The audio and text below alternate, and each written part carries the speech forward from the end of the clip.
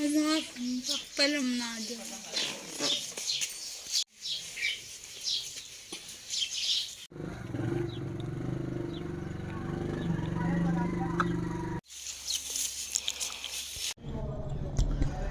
کتونکو لب خان شیرپو ویلفیر فاونډیشن د خپل وس مطابق چې کوم دی د خلکو سره کومک کوي خو تاسو موږ سره دا ماشوم وینئ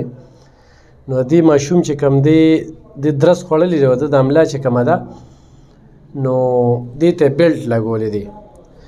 د دوی کلي ته ګمبتي ته څو ورځې وړاندې زه تللی وم ما د دوی د کور ویډیو کړې وه په کور کې ورته دوه ژوندي لاشونه پراته دي تاسو په دې ویلچیر کې چې دا کوم ماشومان وینئ یو یې خور ده یو یې رور دی او دغه کم کور کې چې اوسیږي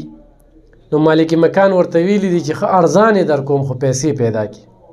او دغه کور کې یو د ګټې وټې کس دی په هغه ویډیو کې ما د هغه نمبر هم ویلی خو چا ورسره هېڅ قسمه کومک نه دی کړی انتخایي حقدار خلکه دي ضرورتمند خلکه دي کور کې نور هم خویندې دي او هم په کور ناستې دي دوه دغه معذور هم دي دا هم بیمار دی خو تاسو وینئ نو دې د زور د کار نه دی د سره خو دا ټینګې غوړي سوکوړي نه ورسره د کلي نه یو کس راغلی نه شوړی داسې ده که نه ستاسو نوم دی سید الله ښه سید الله ستا یو ورور او خور معذوره دي یو ورور دی ګټه وټه کوي دوه یې داسې خویندې دي کور کې او دا کور څو کلي بس موږ شین شو نو بس بل ځای مو خر کړی دی هغې پیسې کمې دي نو اوس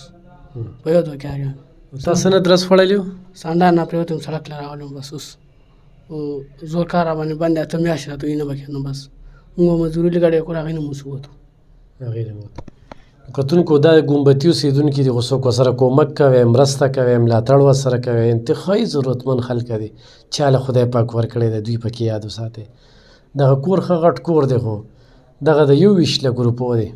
21 لک روپۍ دوه پکې معذور او دوه پکې تور سري او یو یې مور دا یتیم دی یو یې د ګټې وټې دی هغه هم چینچي چلی د هغه خپلې 5 بچي دي خپل بچي وساتي خو د دغه دوه معذورانو خیال وساتي خو د دې بیمار او خوا دوه خویندې او د مور خیال وساتي په دغه کچه کور کې ژوند کوي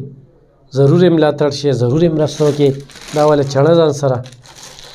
او دا والا لوبیا ځان سره او دا کتونکو زمونږ دغه وس دی چې مونږ به دغه ورکو دا به تاسو سره هغه رور واخلي نو ضرور ورسره مرسته وکړي ډېره مننه خوشحاله اوسئ